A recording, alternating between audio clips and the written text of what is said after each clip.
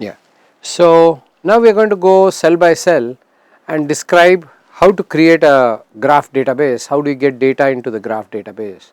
So we are going to talk about that. We are going to take some sample small data like we did in the RAG case too, take that data and convert it into a graph, and then we will briefly talk about how the graph would look like. So here is how we start.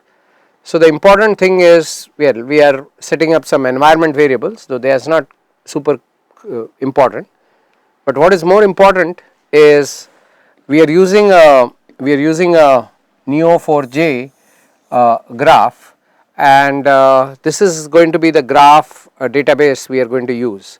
So Neo4j graph is the graph database. The graph database has to be installed on the DGX. It is installed at this URL. So you can note it down if you want, or anyway you can see this video later too. It needs a username, it needs a password. So that is the username and that is the password for the Neo4j. This might change and we might give you a different username and password when you actually work with the DGX. And this second cell is instantiating the Neo4j object, that is, it is creating the graph database. We do not have anything in the graph database as yet, but we are just creating an empty graph database in which we can store the data which will be the graph which will be created, but we have not yet created the graph, so we have nothing to store. Now here, as you can see from this line, we are going to use the OpenAI, that is essentially ChatGPT LLM or the OpenAI LLM in order to convert from our textual version into its graph version. We are going to engage that LLM to make that happen. We are going to use the OpenAI LLM, the ChatGPT LLM to do that. That is why we have got the OpenAI key over here, and we will see how to use it. So I think now I will exit out of this mode, and we can now scroll down and let us see how we are creating this. These steps are super important, these 4 steps where a lot of stuff happens.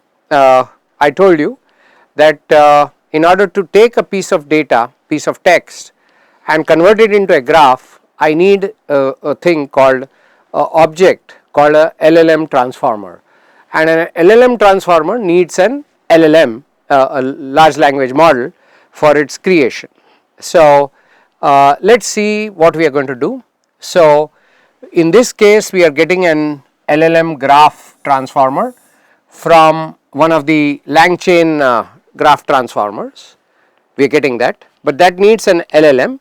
So we are, the API that we are using is again a LangChain API for ChatGPT or Chat OpenAI. Okay. So now we are instantiating the LLM here. This is a very small version of a LLM. So this is Chat OpenAI. Temperature is equal to 0, because in this case we are not expecting the LLM to produce any textual output. We do not want to test its creative skill. As temperature rises, the LLM becomes more and more creative. In the present instance, we do not want the LLM to be very creative. In fact, we want it to be pretty conservative, stick to the facts. So we have set the temperature as 0, and obviously we need to give the model name, which is, this is the small model which we are using, not the full scale GPT-4, but GPT-4 0125 preview version, and then that is the LLM, but the LLM does not do the trick. We need a graph transformer which needs an LLM. So the LLM is used to analyze the text.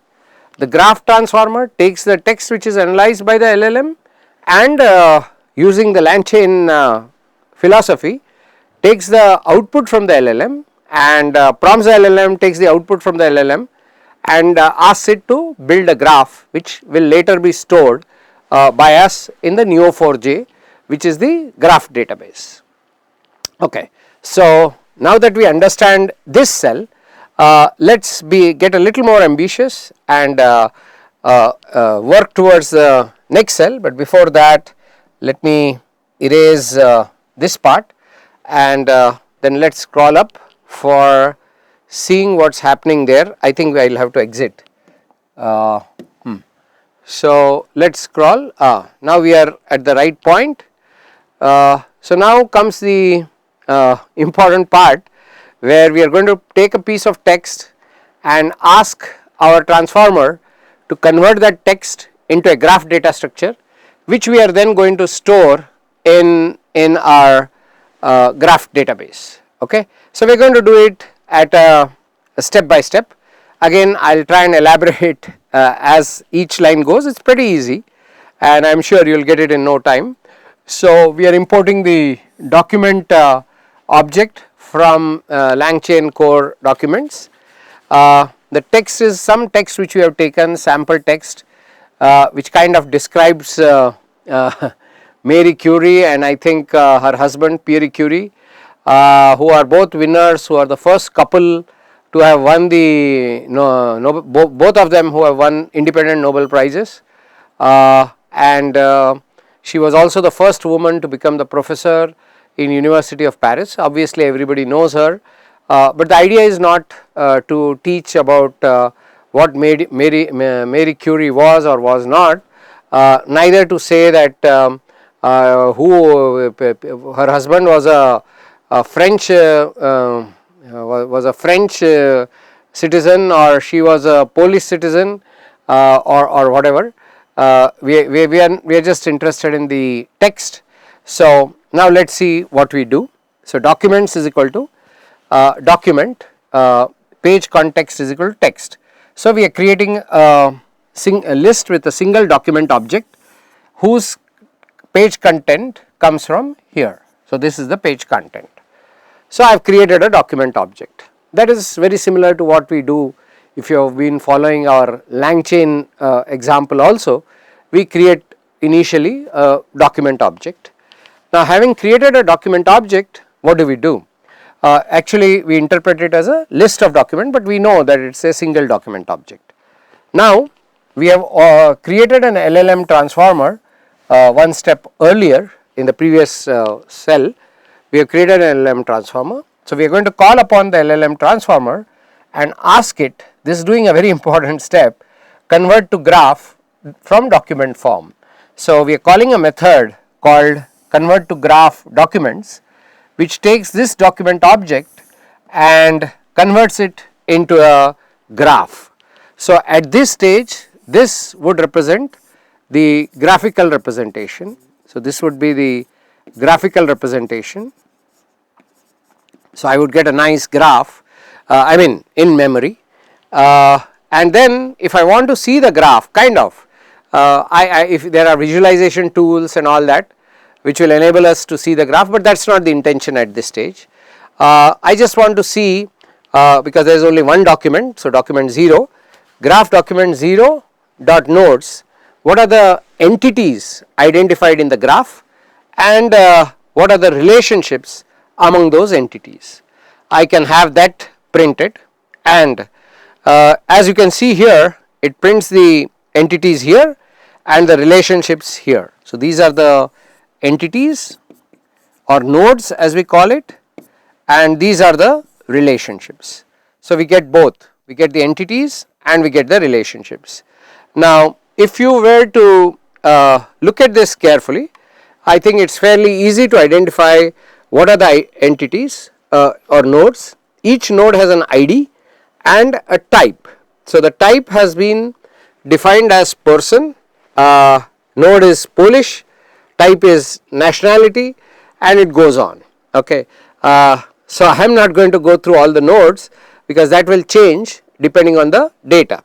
Only thing I would like to point out is that every node has an ID and a type. What is the class of the node or type of the node? So, these are the nodes. Then what is the relationships which has been identified? Let us talk about one or two relationships. So, we have a relationship here. Every relationship has a source and a target. That means the relationship goes from here to here, and the relationship of course has a name. So there are three parts to a relationship. What is the source of the relationship? What is the target node of the relationship? And what is the name of that relationship or type of that relationship? So let us start. So this relationship, source is equal to Marie Curie. The relationship starts at Marie Curie, type is person, target node is Polish, and type is nationality. Now let me rub this so that we can scroll to the right. Let us scroll to the right. No, I don't think we need. Yeah, so let's follow this relationship. So let's go through this relationship. Source is Marie Curie, type is person, target is Polish, type is nationality, and the type of the relationship is nationality. Now this is to be distinguished. This is a type of a relationship, and this nationality over here is a type of a node. So they are two different things. Like that, there are many relationships which are identified. So here is another relationship. So source node is Marie Curie, type person, target node is Nobel Prize, type award, and the type of the relationship is award winner. This is the type of the relationship. So very nicely it has captured the nodes in our data, the relationships in our data, and for every node it has captured both the ID and the type of the node. I think that is really very wonderful that in just one call I have been able to translate a document into its graphical representation, and this graphical representation can then be used very well, as we will see in a later session, in conjunction to answer questions about the document from the graph representation. So using of course an LLM. Okay. So now let us rub this off and exit this, so that we can see what do we do after this. Okay. So there is not much which happens after this. We can also, this is just to show that we can only retain part of the graph, and we do not need to look at the whole graph as such. Or we can limit the understanding of the graph to only certain type of entities. If we choose to do that, we can do that. Now in the earlier case we did not do any limitation. We got whatever the entities, whatever the nodes which were created, we took, whatever the kind of relationships were created, we took. But there is a mechanism to do a filtering during the graph creation process, where we could say that the only type of entities I am interested in are these, rest of it is the same. There is a graph transformer. That time we gave only the LLM as a parameter, because we are not interested in filtering out certain type of graphs, certain type of nodes or certain type of relationships. But if we are interested, we could say that allowed nodes, allowed relationships, we could filter out some of it. Normally what people do is, people would do the earlier thing first, examine the nodes and examine the relationships, then perhaps decide based on the kind of questions they are going to get, that what is the kind of nodes I need, what is the kind of relationships I need, look at all of that, and then set up this filter that allowed nodes are so and so, allowed relationships are so and so. And once you do that, you can do this again. This is an LLM transformer filtered, which is an LLM graph transformer with these conditions. Convert to graph documents, again the same documents which we had earlier. So this time we will have limited number of nodes and limited number of relationships, limited type of nodes and limited type of relationships. So we can print them across. So now you can see the only type of nodes and relationships which we got are nationality, located in place of that nationality, and then we got worked at, and then we got spouse. So those are the kind of relationships we had. So if you want, we can restrict it to that also. Well, this is when I have two documents and I want to do comparison between the two documents.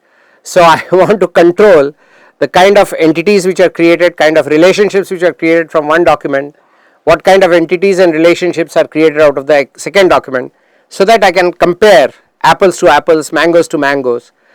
For those kind of projects we would probably need this, but otherwise it is okay. Now, having done this, having got the graph, what do you have? We have only one step left, which is graph, that is store the graph. Graph is our Neo4j graph object, to which we add these filtered documents or the filtered graphs. Add graph documents filtered, and there you are. So in place of the vector database that you created, in case of RAG, we created a graph database and added these graph to the graph database. So that is all, and these documents, these graphs get added to the graph database, and tomorrow or in a later session we will explore how to go and use this graph database to answer queries. So this is what we are going to do.